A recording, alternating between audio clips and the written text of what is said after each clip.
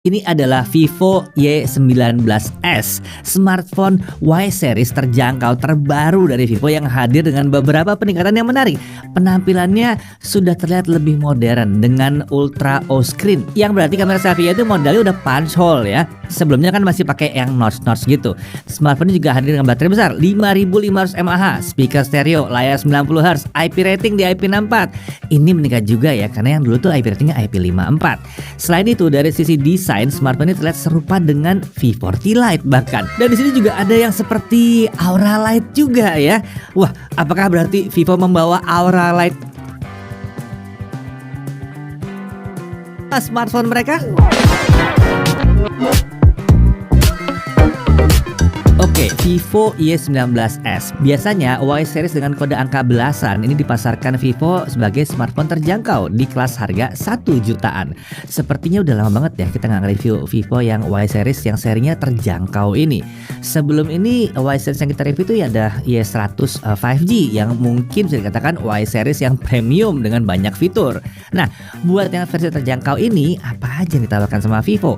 Kita akan bahas di video review ini dan kita akan mulai dari paket penjualannya. Tentunya di sini ada unit smartphone-nya. Kemudian ada chargernya, ada dong chargernya di sini. Kemudian ada kabel USB Type-C, ada anti-drop case, ada screen protector yang langsung terpasang di layar smartphone, ada SIM tray ejector dan ada paket dokumen. Jadi isi paket penjualannya terbilang lengkap, padahal katanya di 1 jutaan. Ya, Vivo Y19s ini disebut menawarkan dynamic design dengan bodi yang serba flat. Jadi layar, frame, dan bodi belakangnya ini flat semuanya. Nah, untuk frame dan bodi belakang ini menggunakan bahan polikarbonat ya.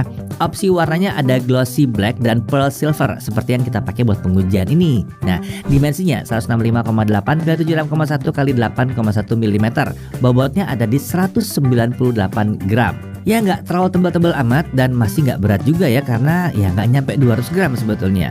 Dan ingat, ini baterainya 5500 mAh ya. Nah, kalau diperhatikan Vivo Y19s ini terlihat mirip dengan Vivo V40 Lite yang pernah kita uji beberapa waktu yang lalu.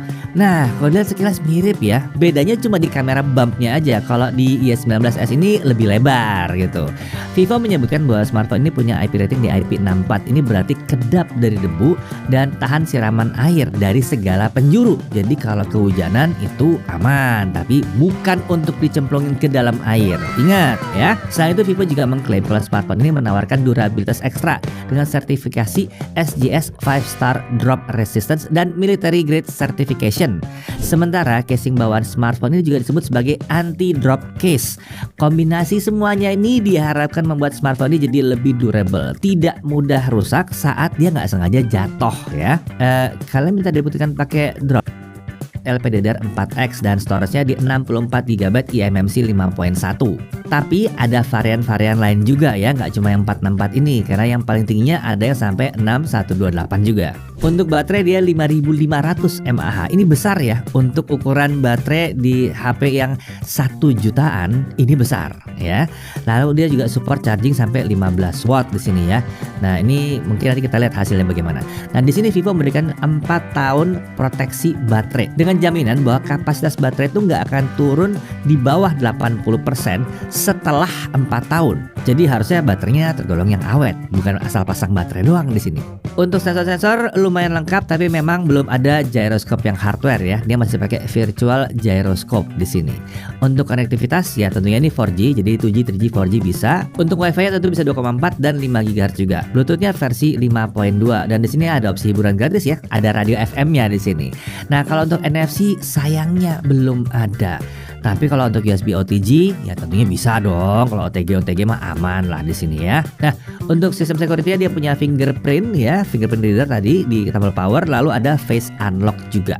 Untuk OS dia menggunakan Vantage OS 14 berbasis Android 14 tentunya. Untuk update-nya kita belum dapat kabar dari Vivo seberapa lama update-nya. Nah, ada janji kalau OS di smartphone ini akan tetap lancar dipakai sampai 4 tahun.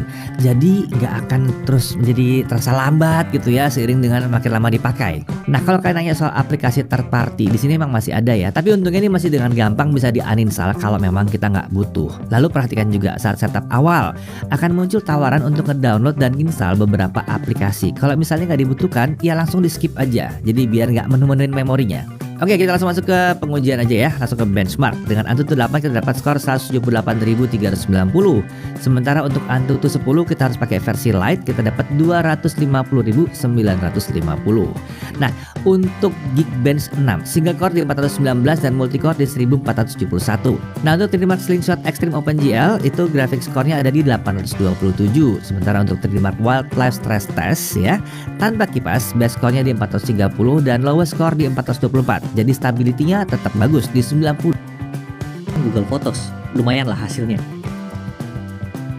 Lalu untuk kualitas hasil videonya sendiri, bagi kami detailnya ini belum yang tergolong oke ya, sekedar mencukupi aja. Terkait kemampuan dynamic range, ini bisa kami bilang tergolongnya cukup baik, karena informasi di area highlight masih bisa terlihat sebagian nih. Contohnya seperti langit yang masih kelihatan warna birunya. Saat lagi ngetes kamera depannya ini, kami menemukan hal yang lucu sih. Dimana saat kita coba tap ke wajah, itu tidak membuat wajah kita jadi lebih terang. Ini malah seperti exposure-nya diarahkan ke background. Jadi kalau bagian gelapnya ingin diangkat lagi, itu kita mesti manual pakai slider exposure-nya. Lanjut kita ke kamera utamanya, ini masih mirip seperti kamera depannya ya, dimana videonya itu belum stabil, karena belum ada IAS juga di kamera utamanya ini. Kemudian untuk kualitas videonya sendiri, ini cenderung over sharpen sih menurut kami. Gambarnya terasa agak kasar, sementara untuk kemampuan dynamic range-nya, ini kemampuannya sedikit di bawah kamera depannya tadi. Kalau di kamera utamanya ini, bagian highlight-nya udah Jadi overexpose. apakah ini benar-benar cocok? Semua, karena ada pilihan-pilihan yang lain juga ya. Ada yang sampai 6128. Kemudian mungkin juga ada yang akan protes dengan resolusi HD di smartphone ini. Tapi buat kami sih kalau untuk kelas harga segini HD itu masih pas. Malah sebetulnya pakai HD di sini membuat daya tahan baterai jadi makin bagus sebetulnya. Lalu untuk chargingnya ini memang terasa pelan banget ya.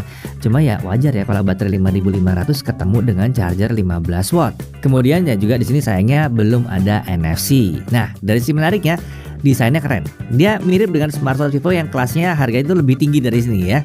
Jadi ya dengan harga 1 jutaan berasa kayak pakai V40 series. Lalu untuk daya tahan baterainya, ini sih irit banget. Untuk kelas harganya agak susah nyari lawan yang satu ini. Lalu paket penjualannya masih lengkap banget. Case dan